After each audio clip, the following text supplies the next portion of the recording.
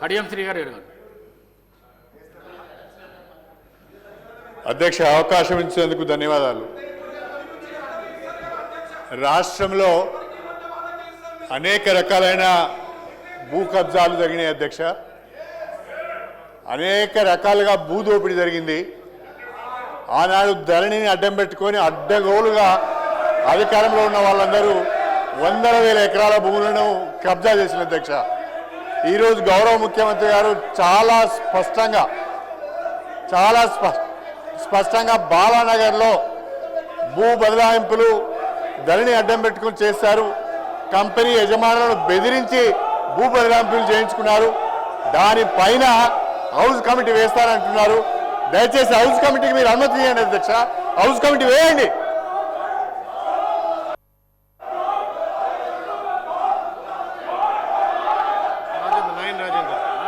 నాయన్ రాజేందర్ రెడ్డి గారు.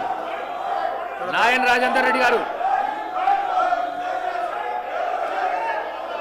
నాయన్ రాజేందర్ రెడ్డి గారు. నాయన్ రాజేందర్ రెడ్డి గారు. అధ్యక్ష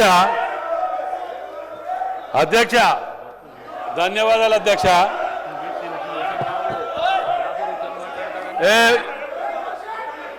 అధ్యక్ష అధ్యక్ష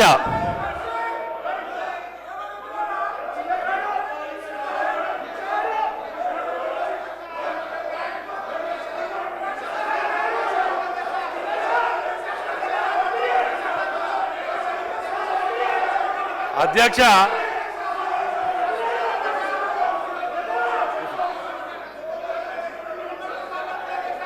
రాజేందర్ రెడ్డి గారు మాట్లాడుతున్నారు. అధ్యక్ష ఒక్క నిమిషం అన్న, ఒక్క నిమిషం అన్న, ఒక్క నిమిషం. నాగేంద్ర అన్న, నాగేంద్ర అన్న, నాగేంద్ర అన్న, ఒక్క నిమిషం అన్న. నాగేంద్ర అన్న, 1 మినిట్. రాజేందర్ రెడ్డి గారు మాట్లాడుతున్నారు. నాగేంద్ర అన్న, అన్న 1 మినిట్ అన్న, ఒక్క నిమిషం. నాగేంద్ర అన్న. అధ్యక్ష, ఈ రెండు సార్లు 3 సార్లు 1 మినిట్ ఒక్క నిమిషం. కడియం శ్రీ గారు. దానం ఆగవే. దానం కూర్చోండి. అధ్యక్ష, గౌరవ ముఖ్యమంత్రి గారు శాసనసభలో దొంగతనం చేసిన వాళ్ళు ఏ రకంగా భయపడుతున్నారో చూడండి అధ్యక్ష. ధరణి అడ్డం పెట్టుకొని వందల ఎకరాల భూములను కబ్జా చేసిన వారు సిగ్గు లేకుండా ఏ రకంగా అరుస్తున్నారో చూడు అధ్యక్ష. సిగ్గు లేకుండా అరుస్తున్నారు. గౌరవ ముఖ్యమంత్రి గారు నిండు సభలో బాలానగర్లో కంపెనీ యజమానులను బెదిరించి ధరణిని అడ్డం పెట్టుకొని వందల ఎకరాల భూములను అధికారాన్ని అడ్డం పెట్టుకొని సొంతం చేసుకున్నారు.